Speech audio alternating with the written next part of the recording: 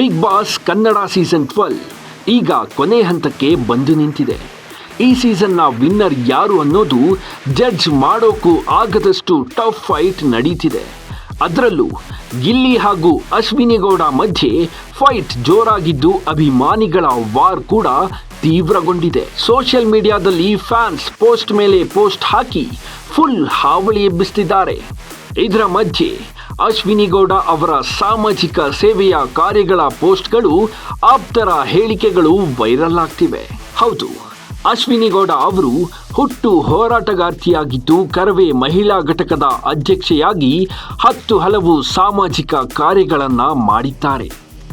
ಬಡವರಿಗಾಗಿ ಮಿಡಿಯುವ ಹೃದಯವಂತಿಕೆ ಅವರದ್ದು.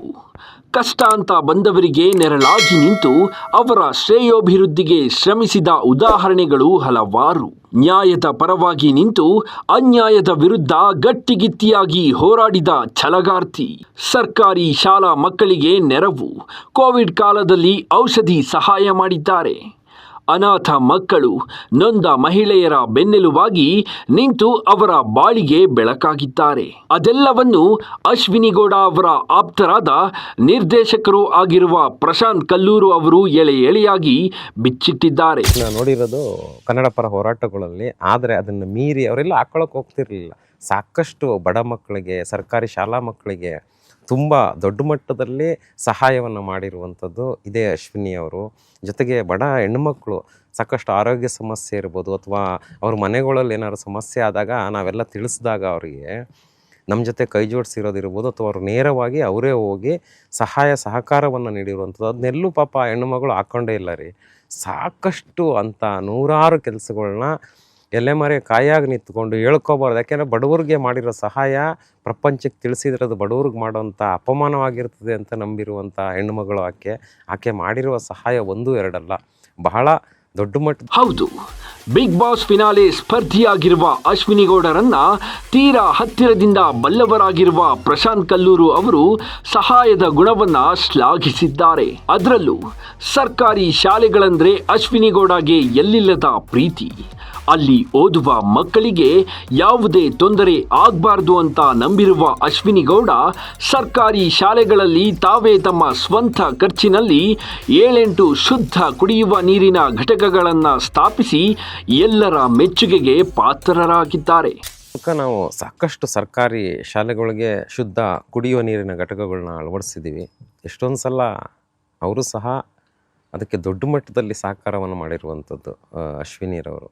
ಸರ್ಕಾರಿ ಶಾಲೆ ಮಕ್ಕಳಿಗೆ ನಾವೇನು ಕುಡಿಯೋ ನೀರಿನ ವ್ಯವಸ್ಥೆ ಮಾಡ್ತೀವಿ, ಹಂಗೆ ಒಂದು 7-8 ಘಟಕಗಳನ್ನು ಅವರೇ ಕೊಡಿಸಿ ಅವ್ರ ಮುಖಾಂತರ ನಾವು ಹಾಕಿರುವಂಥದ್ದಿದೆ. ಇದಕ್ಕಿಂತ ನಾನು ಇನ್ನೇನು ಹೇಳಬೇಕು, ಯಾಕೆಂದರೆ ಸರ್ಕಾರಿ ಶಾಲೆಗಳನ್ನು ಅವ್ರ ಕನಸೋದು. ಅವರು ಎಷ್ಟೊಂದು ಸಲ ಹೇಳ್ತಿದ್ರು ಆದಷ್ಟು ಮಾಡಬೇಕು. ಅವ್ರಿಗೆ ನೇರವಾಗಿ ಮಾಡೋಕ್ಕೆ ಸಾಧ್ಯವಾಗದ ಕಾರಣ ನನ್ನಂಗೆ ವೇದಿಕೆಗಳ ಮೂಲಕ ಸಾಕಷ್ಟು ನನಗೆ ತಿಳಿದಂಗೆ ಬೇರೆ ಬೇರೆ ಇನ್ನೊಂದಷ್ಟು NGOಗಳ ಮೂಲಕ ಸಾಕಷ್ಟು ಸೇವೆಯನ್ನು, ವಿಶೇಷವಾಗಿ ಸರ್ಕಾರಿ ಶಾಲೆಗಳು ಅಂದರೆ ಅವ್ರಿಗೆ ಒಂದು ಬಹಳ ದೊಡ್ಡ ಪ್ರೀತಿ.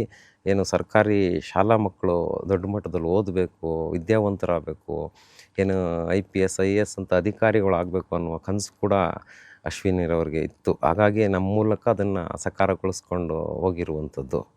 ಇನ್ನು ಕೊರೋನಾ ಕಾಲದಲ್ಲಿ ಒಂದಿಲ್ಲೊಂದು ಸಂಕಷ್ಟಕ್ಕೀಡಾಗಿ ನರಳಾಡದವರೇ ಇಲ್ಲ. ಆಗ ಹಾವೇರಿಯಲ್ಲಿ ರೋಗಿಯೊಬ್ಬರು ಔಷಧಿ ಸಿಗದೆ ಪರದಾಡುತ್ತಿದ್ರು. ಈ ವಿಷಯ ಅಶ್ವಿನಿ ಗೌಡರ ಕಿವಿಗೆ ಬಿದ್ದಿತ್ತು. ತಕ್ಷಣ ಆ ರೋಗಿಯ ನೋವಿಗೆ ಮಿಡಿದಿದ್ದ ಅಶ್ವಿನಿ ಗೌಡ ಹೃದಯ ಬೆಂಗಳೂರಿನಾದ್ಯಂತ ಹುಡುಕಾಟ ನಡೆಸಿ ಔಷಧಿ ತರಿಸಿಕೊಂಡಿದ್ರು.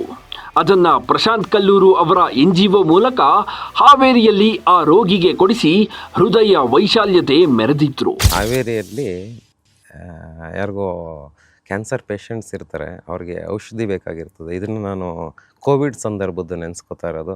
ಆ ಸಂದರ್ಭದಲ್ಲಿ ವೆಹಿಕಲ್ಸ್ ಇರೋದಿಲ್ಲ, ಸಿಗ್ತಾ ಇರೋದಿಲ್ಲ ಔಷಧಿ, ಅದಕ್ಕೆ ಬೇಕಾದಂಥ ಔಷಧಿ. ಅವಾಗ ಸಹಿತ ಅವರೇ ಖುದ್ದಾಗಿ ಯಾವುದೋ ಆಸ್ಪತ್ರೆಗೆ ಹೋಗಿ ಔಷಧಿಗಳನ್ನ ಪ್ಯಾಕ್ ಮಾಡಿ ನಮ್ಮ ಕಚೇರಿಗೆ ತಲುಪಿಸಿದಂಥದ್ದು ನಾವು ನಮ್ಮ ವೇದಿಕೆ ಮೂಲಕ. ನಂತರ ಹಾವೇರಿಯ ಯಾರಿಗೆ ಆ ಪೇಷಂಟ್ ಇದ್ದರೂ ಅವ್ರಿಗೆ ತಲುಪಿಸುವಂಥ ಕೆಲಸ ಮಾಡಿದ್ವಿ. ಇದೊಂದು ವಿಶೇಷ ಸಂದರ್ಭ. ಯಾಕೆಂದರೆ ಅವತ್ತು ಕೋವಿಡ್ ಸಂದರ್ಭದಲ್ಲಿ ಹೊರಗಡೆ ನಿಂತು ಅವ್ರು ಕೊಟ್ಟಂಥ ಸಹಕಾರವನ್ನು ನಾನು ಈ ಸಮಯದಲ್ಲಿ ನೆನಪು ಮಾಡ್ಕೋಬೇಕಾಗ್ತದೆ. ಈ ರೀತಿ ಇನ್ನೂ ಸಾಕಷ್ಟು ಹೇಳ್ತಾ ಹೋದರೆ ತುಂಬ ಒಂದು ಬಡವರಿಗೋಸ್ಕರ ದಿನದ 24 ಗಂಟೆಯೂ ಮಿಡಿಯುವಂಥ ಹೃದಯ ಅಶ್ವಿನಿರವದ್ದು ಅಂತ ಹೇಳಿದರೆ ತಪ್ಪಾಗ. ಇಷ್ಟೆಲ್ಲ ಸಮಾಜ ಸೇವೆ, ಬಡವರಿಗಾಗಿ ಮಿಡಿದಿರುವ ಹೃದಯಕ್ಕೆ ಒಂದು ಗೆಲುವು ಬೇಕಾಗಿದೆ. ಆ ಗೆಲುವು ಬಿಗ್ ಬಾಸ್ ಗೆಲುವಾಗಲಿ ಅನ್ನೋದು ಅಶ್ವಿನಿ ಗೌಡ ಅಭಿಮಾನಿಗಳು, ಆಪ್ತರು, ಕನ್ನಡ ಜನತೆಯ ಆಶಯ. ಆದರೆ ಅಂತಿಮವಾಗಿ ಏನಾಗುತ್ತೆ ಅನ್ನೋದು ಈ ವೀಕೆಂಡ್ನಲ್ಲಿ ಗೊತ್ತಾಗಲಿದೆ. Bureau report, Boss TV Kannada.